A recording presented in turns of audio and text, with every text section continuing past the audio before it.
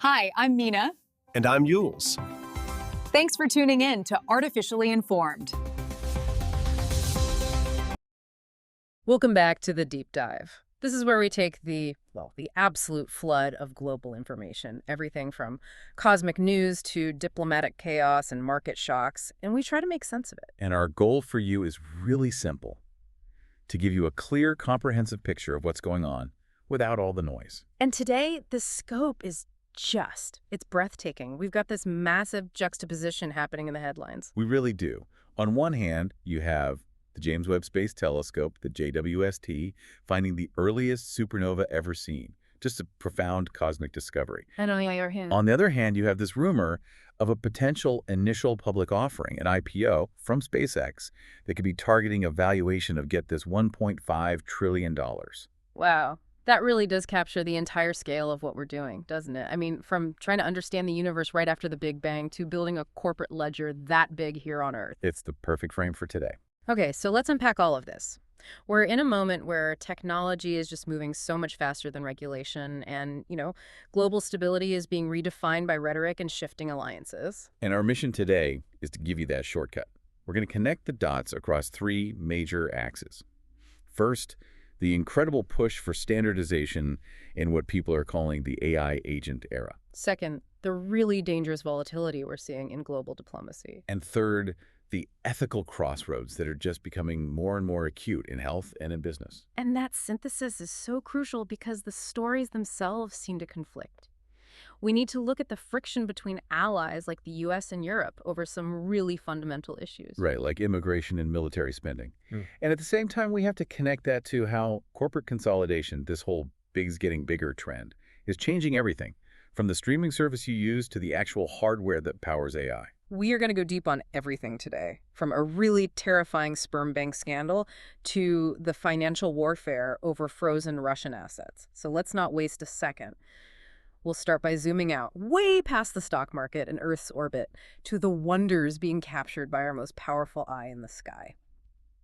So the James Webb Space Telescope, or JWST for short, it just keeps delivering these insights that are, they're not just adding to what we know, they're rewriting the book on astronomy. They absolutely are. And a perfect example of this is an exoplanet called WASP-P107b. It's about 200 light years away, and scientists have this great nickname for it. They call it a superpuff. A superpuff? Why?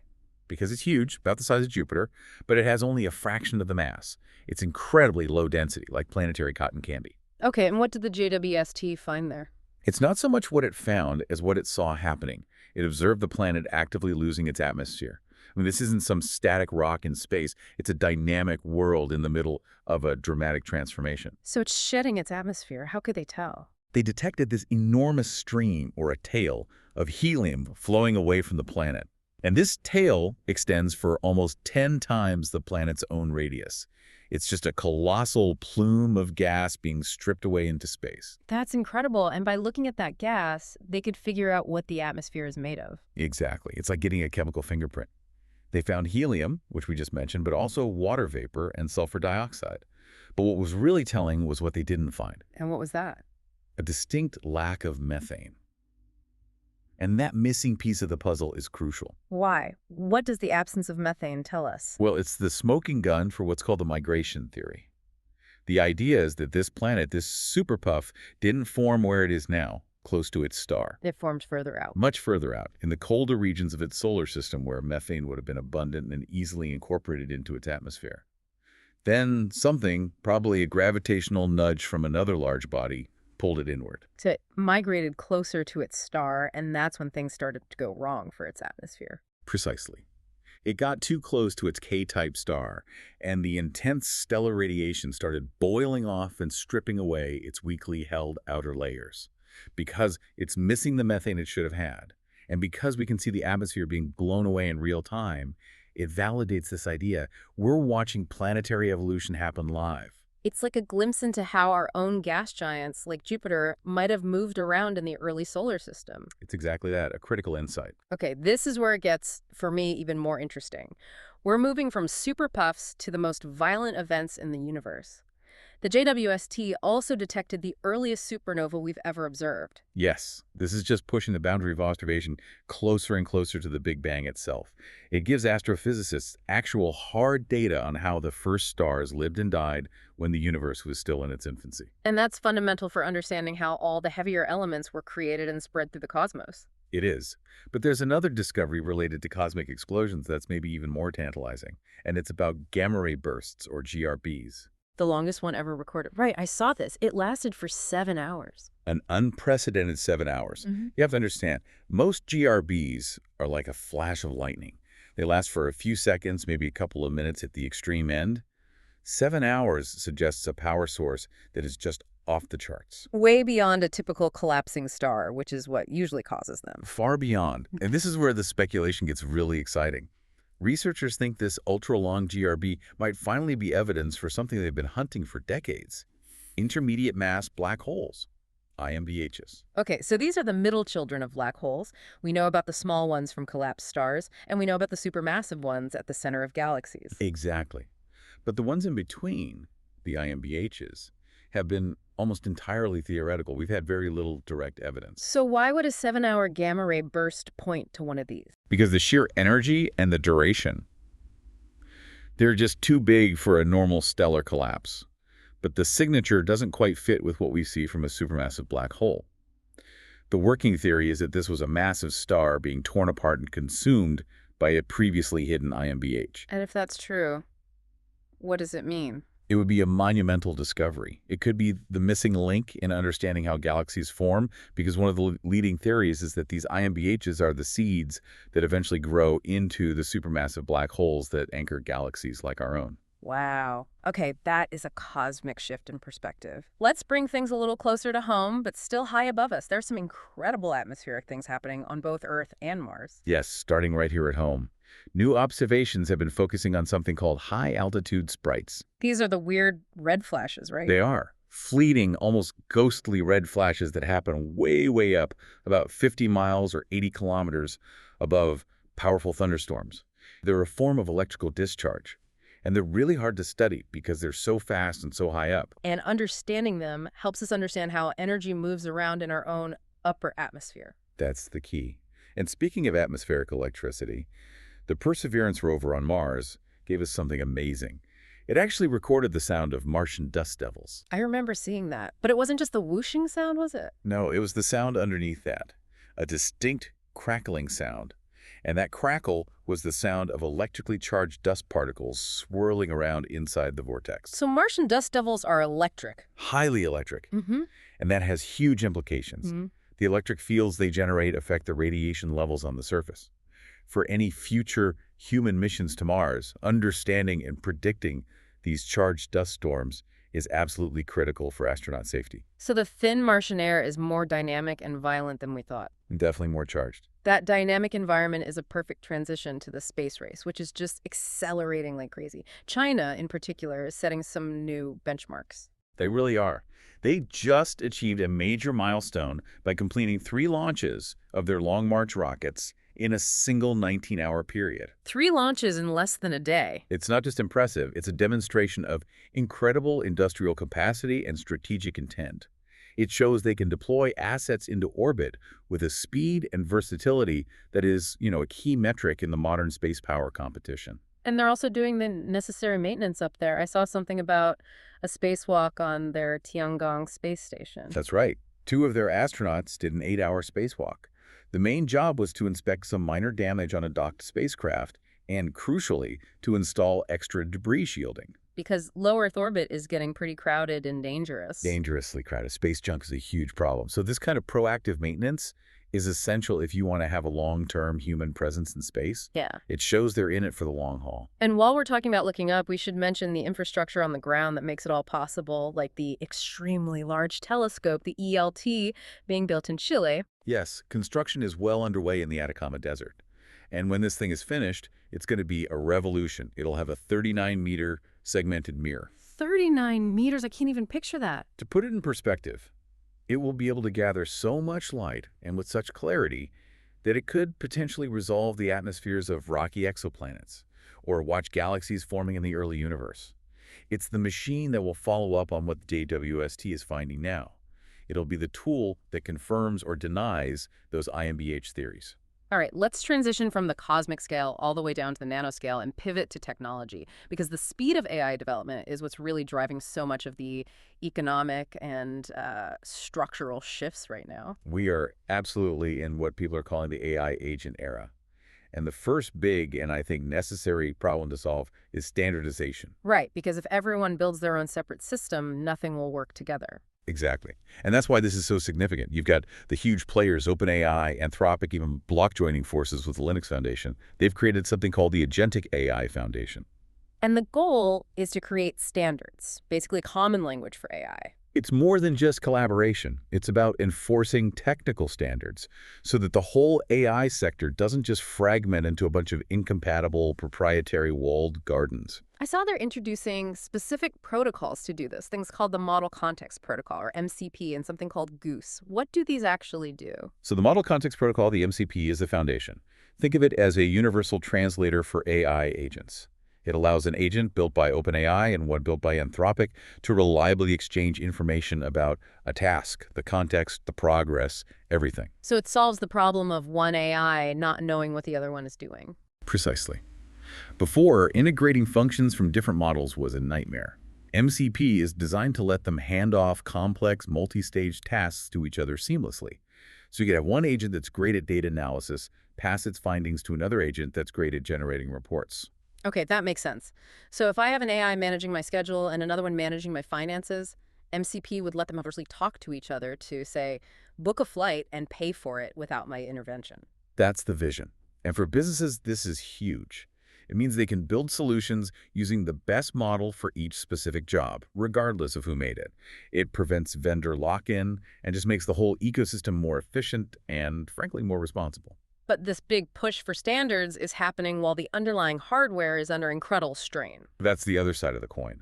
The CEO of CoreWeave, they're a major AI cloud provider backed by NVIDIA, he described the current demand for GPUs, for graphics processing units, as a violent change. A violent change. That's a strong phrase.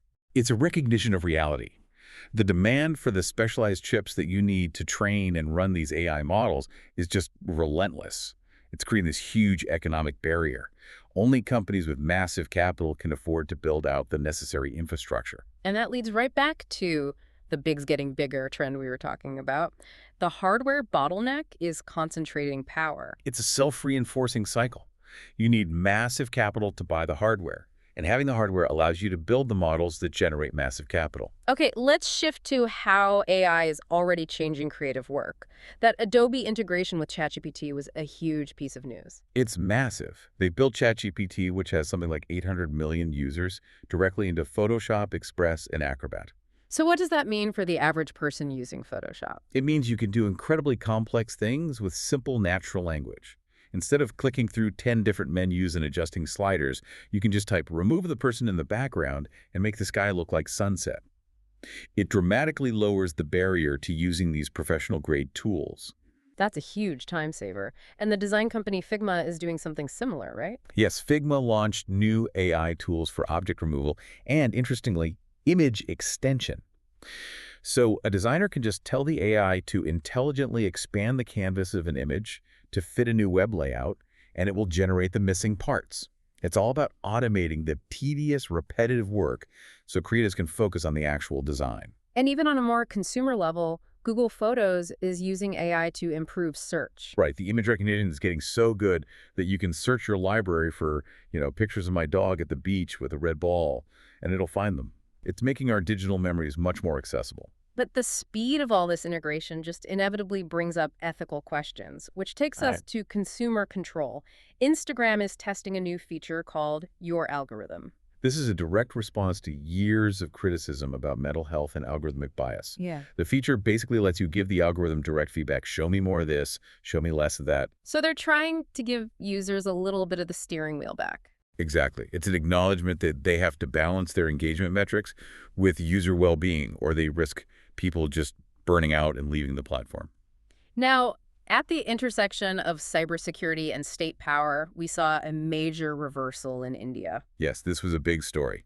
The Indian government had mandated that all smartphones had to come pre-installed with a cybersecurity app called Sanchar Sathi. And the stated goal was to fight fraud. That was the official line.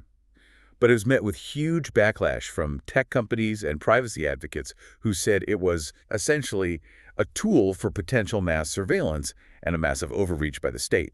The criticism was so widespread that the government actually backed down and revoked the mandate. That's a significant win for a digital privacy advocate. A very significant one. On the topic of ethical hardware, there's a company called Fairphone. Yes, the Dutch manufacturer. They're all about sustainability. They just refreshed their line of repairable headphones. So their whole philosophy is the opposite of the disposable tech model. Completely. They use modular designs so you can easily replace parts, they use recycled materials, and they commit to long-term software support. It's a direct challenge to the buy a new one every 2 years mentality, and it's aimed squarely at consumers who care about e-waste and their carbon footprint. Okay, and what about AI and consumer safety?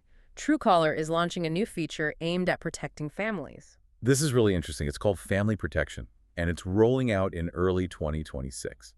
It lets one person, an administrator, manage the scam blocking settings for up to 5 other family members. And the key part is they can remotely end a suspicious call. That's the critical function. It's designed specifically to protect people who might be more vulnerable to scams, like elderly parents or kids. If you see your mom on a suspicious-looking call for 45 minutes, you can just end it for her from your own phone. That could be a literal lifesaver for some people. Yeah. And finally, in education, U.S. colleges are wrestling with this surge in AI. It's a huge shift. Students are using these tools for everything, and universities are trying to figure out the rules. First, how do you prevent cheating?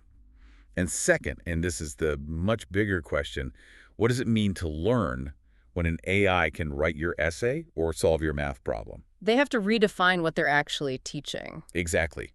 The focus has to shift from rote memorization to critical thinking, synthesis, and analysis, the skills that AI, at least for now, can't replicate. All right, if the tech world is racing towards some kind of unified standard, the world of diplomacy seems to be doing the exact opposite. It's accelerating toward fragmentation and a lot more friction. It really is. And a major flashpoint right now is the transatlantic relationship, specifically some very sharp critiques that President Trump has leveled at Europe. His comments were pretty pointed, weren't they? They were undeniably sharp. He described European nations as decaying and weak, and he focused his criticism on 2 main things: their immigration policies, which he called disastrous, and their handling of the war in Ukraine. He suggested Moscow has the upper hand there? He did. And he also went after London's mayor, Sadiq Khan, again repeating some conspiracy theories about immigrant voting. This kind of rhetoric from a U.S. president really throws the whole idea of transatlantic unity into question. And the reaction in Europe was, as you might expect, completely polarized. It really was. You had the UK government come out almost immediately and praise Europe's resilience and unity. But on the other side? Well, Marine Le Pen, the far-right leader in France, largely agreed with the warnings from the U.S., especially on the topic of what her movement calls civilizational erasure from migration.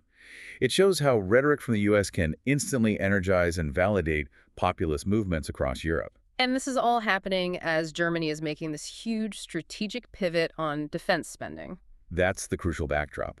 Germany is dramatically increasing its military budget, planning to spend close to 40 billion euros in 2025, specifically to meet its NATO commitments.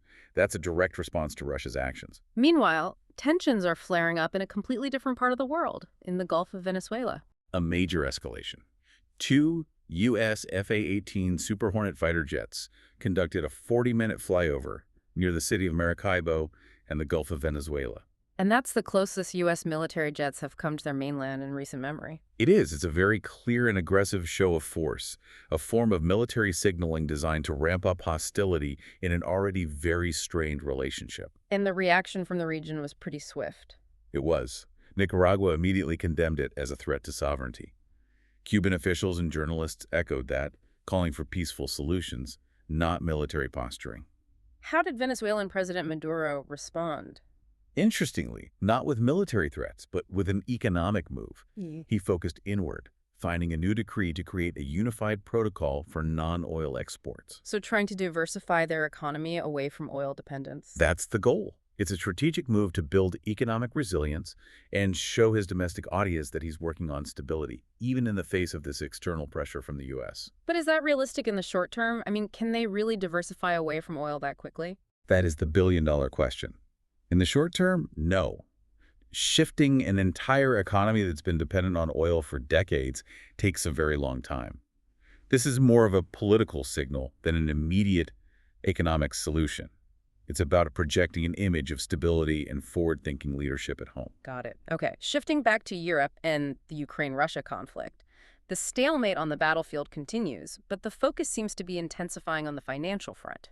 It really is. President Zelensky made a key statement recently saying that Ukraine is ready to hold elections, but only if they get international security guarantees. That's a direct answer to critics who've raised questions about the democratic process during wartime. But the really high-stakes debate is about those frozen Russian assets. Absolutely. European nations are increasingly looking at those funds, billions of dollars, mostly held in Belgium, as the least bad option to help finance Ukraine's massive budget deficit. Which is projected to be, what, around $48 billion? A $48 billion hole. There's just no way to fill that with traditional aid or domestic taxes alone.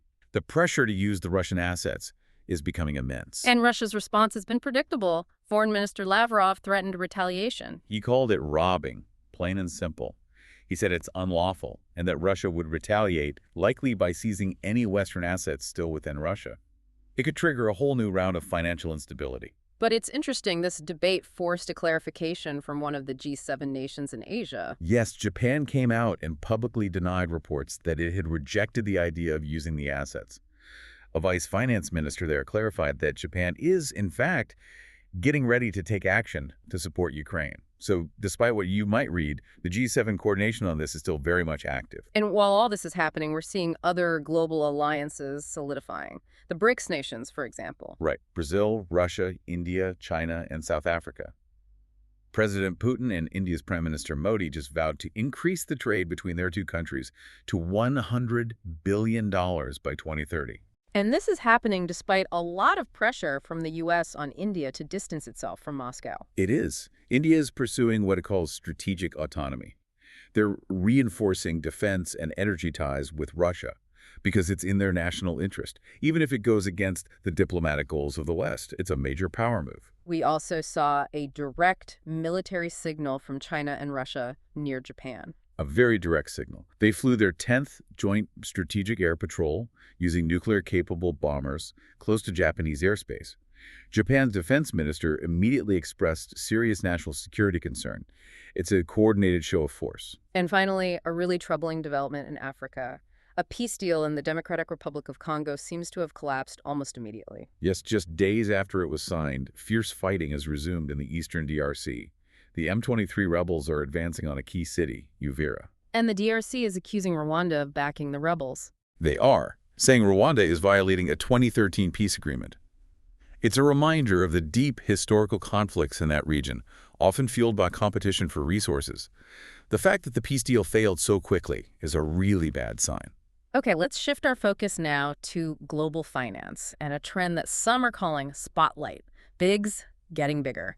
It's being driven by really aggressive mergers and acquisitions and what seems to be a pretty hands-off regulatory approach. And there's no better example of this right now than the absolute drama surrounding Netflix and Warner Bros. Discovery. The proposed merger, right? For something like $82 billion. $82.7 billion. And if it goes through, it would create an absolute global media behemoth.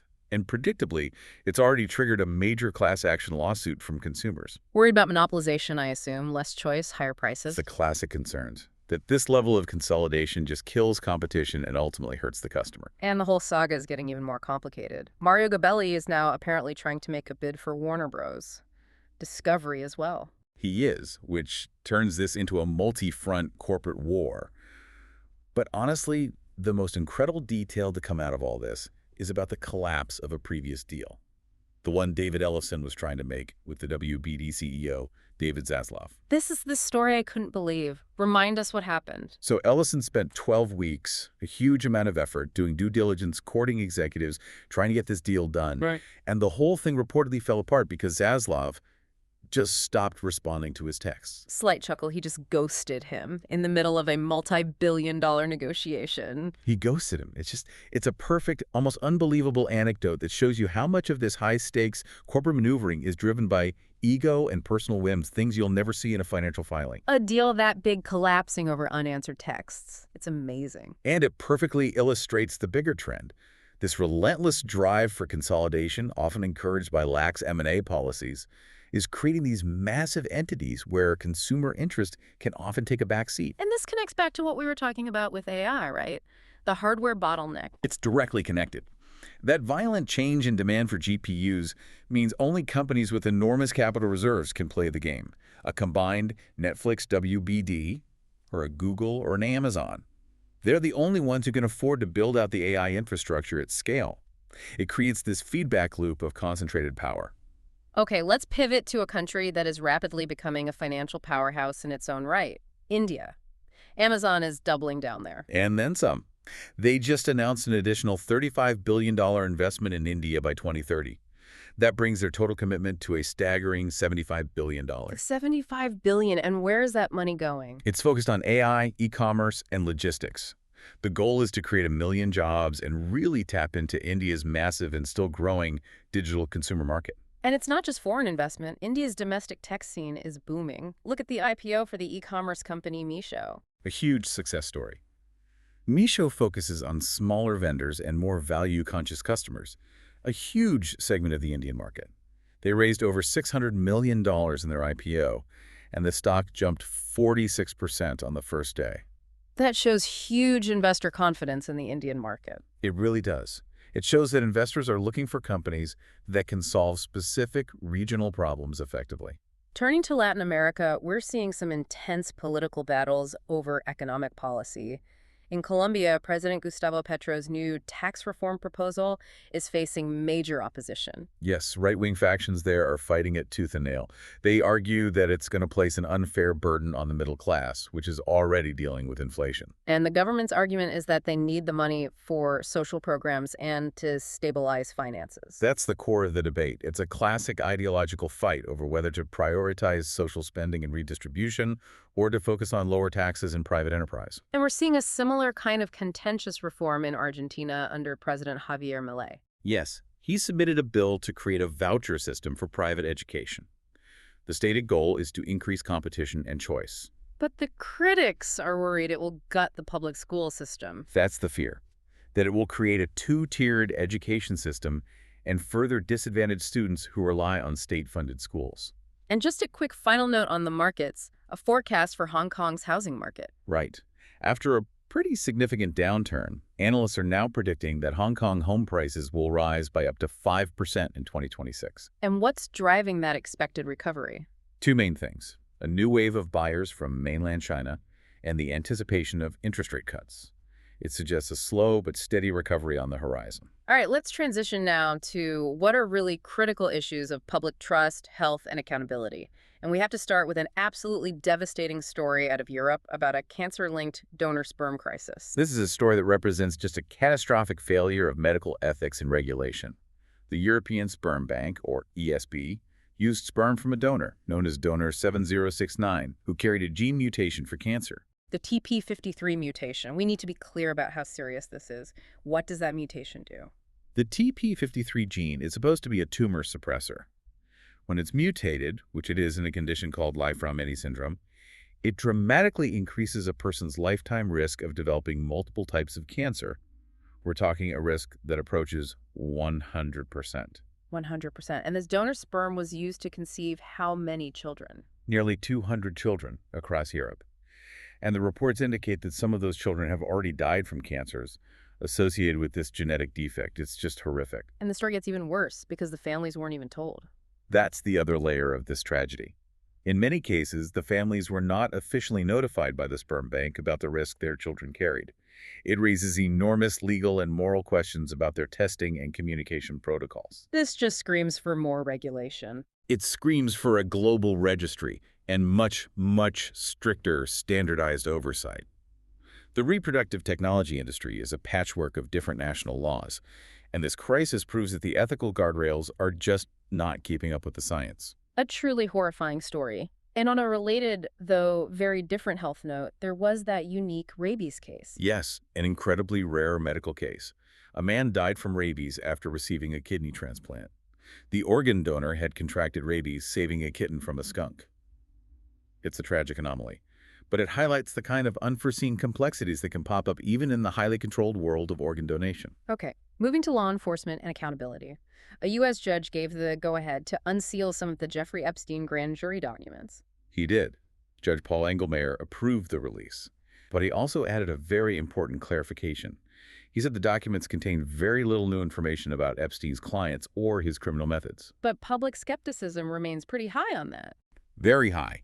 There's a persistent feeling among many people that the full scope of his network has never truly been exposed, and the demand for complete transparency from the government is not going away.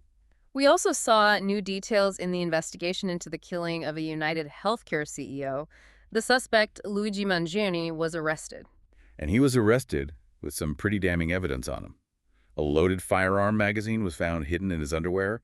He had more bullets in his bag, and a hand-drawn map relevant to the crime. And the body cam footage of his arrest at a McDonald's was released. It was. And to top it all off, he was reportedly seen pumping his fist in court, which suggests a complete lack of remorse. It's a very disturbing element in a very high-profile case. In India, there's a push for accountability after that terrible nightclub fire in Goa that killed 25 people. Yes, the fire at the Birch by Romeo Lane nightclub. Police have detained one of the co-owners, Ajay Gupta, but the other owners, the Luther brothers, fled Delhi right after the fire. Which obviously raises a lot of suspicion about their culpability and whether they were following safety regulations. Exactly. The arrest signals that the authorities are taking it seriously and trying to get justice for the victims' families. And let's wrap this section with a few high-profile political and legal battles. In the U.S. state of Pennsylvania, the governor, Josh Shapiro, is facing subpoenas. He is. The Republican-led state Senate wants to know about nearly $1 million in public funds that were spent on security upgrades for his private home after a firebombing incident. It's become a political fight over government spending and transparency. And in Georgia, the district attorney Fani Willis is set to testify about her prosecution of former President Trump. Yes, she's supposed to testify before a state Senate committee, but there's an ongoing legal battle over whether the subpoena they issued is even valid. The whole thing is tied up in court, highlighting the intense political polarization around that case. And finally, in Brazil, a controversial move by lawmakers regarding former President Jair Bolsonaro. A very controversial move. Lawmakers there approved a proposal to reduce his 27-year prison sentence. He was convicted for his role in an alleged coup plot. The vote has sparked fierce debate and just shows how deeply divided Brazil remains over his presidency. We have to turn now to climate and the environment, because the urgency for action has never been higher, but the political roadblocks seem to be getting bigger and bigger. And we have a perfect example of this. There are reports of active efforts by Turkey, which is set to host the COP31 climate summit, and Saudi Arabia to significantly weaken the language in climate resolutions at the UN Environment Assembly. To weaken the language. How? Specifically, they're trying to redefine climate threats as merely challenges. And that sounds like a small semantic change. But in the world of diplomacy, it's a massive shift. Because a threat requires an urgent, forceful response, while a challenge is something you can manage over time. Exactly. It completely lowers the level of required commitment.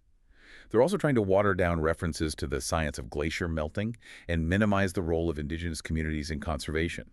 It's a concerted effort to downplay the urgency of the crisis. And this is being complicated by the announced priorities of the U.S. administration for the upcoming G20 summit. It is. The U.S. is hosting, and their agenda seems to signal a clear departure from global clean energy goals. They're prioritizing fossil fuel maximization and deregulation. So, actively moving in the opposite direction of what climate scientists are calling for. That's the core of the tension. This agenda is creating the potential for a lot of discord at the G20, especially since the administration had previously called the climate agenda of the last host, South Africa, radical. It really risks fracturing the already fragile global consensus on climate action. And while that's happening at the diplomatic level, on the ground we're seeing infrastructure start to fail. A new report out of the UK on their flood defenses is really alarming. It is a stark warning. The study found that half of England's critical flood defenses are in a state of disrepair. They just haven't been maintained. And that creates a risk of catastrophic failure during a major storm. A huge risk. And it points to a long-term failure in government funding and strategic planning for flood management. And we saw the tragic result of failing infrastructure in Morocco. Yes, in the city of Fez, at least 19 people died when 2 structurally unsound buildings collapsed. It's a tragedy that highlights persistent issues with construction oversight and the enforcement of building codes. A terrible, preventable loss of life. And speaking of storms, Storm Bram is hitting the UK right now, which just amplifies the risk from those failing flood defenses. It does. They're seeing winds up to 90 miles per hour and heavy rain, especially northwest Scotland. It's causing major travel disruptions and putting a huge strain on that already vulnerable infrastructure. And finally, a reminder that not all natural threats are weather-related. A geology warning out of Japan. Right. Japan issued a high alert after a powerful 7.5 magnitude tremor. It's just a constant, sobering reminder of the ever-present threat of megaquakes in that region, and why their focus on disaster preparedness is so absolutely vital. As we pull all these threads together, this deep dive really paints a picture of a world that's defined by these powerful, almost dizzying paradoxes. It really does. On one hand, you have this breathtaking scientific progress. We're discovering the first supernovas, we're figuring out how planets migrate across solar systems, and on the other hand, you see this profound ethical backsliding in our own institutions. Yeah. The reproductive technology scandal is just a tragic example of that. And the incredible speed of AI is forcing us to standardize and build these massive corporate structures, but at the exact same time, our diplomatic structures are fracturing, complicating any unified action on something as urgent as climate change. We've zoomed out to see things that happened hundreds of light years away and billions of years ago, and we've zoomed right into the agonizing personal details of flawed genetic test. So what does this all mean for you, trying to navigate this world? I think it means we have to really critically look at the frameworks we rely on. The knowledge is growing exponentially, but our ethical guardrails, our political will, our regulations, they're all lagging dangerously behind. That structural lag is the ultimate challenge. Yeah. And it's fitting, because today, December 10th, is Human Rights Day. It commemorates the Universal Declaration of Human Rights, the UDHR, from 1948. A document designed to protect basic rights like life, liberty, and security from the power of the state. Right. But given everything we've talked about, the rise of advanced state surveillance, like the app that India tried to mandate, and the pervasive influence of AI in every single part of our lives, we have to ask a really fundamental question. Can human rights, a concept designed for a pre-digital, pre-algorithmic world, actually survive in a world where the state and the corporations and the algorithms they wield can know, track, and potentially control everything about us? The UDHR was created to protect us citizens from a traditional state.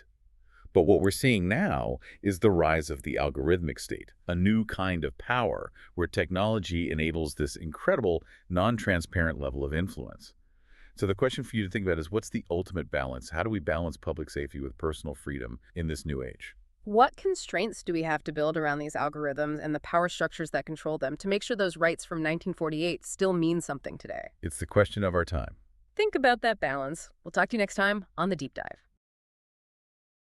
You're enjoying Artificially Informed. Hit subscribe and share it with a friend. From the left, the right, and straight from the algorithm. Thank you. That's it for today's Artificially Informed. Nope. Thanks for spending your time with us. Yeah. Stay sharp, stay curious. See you next time.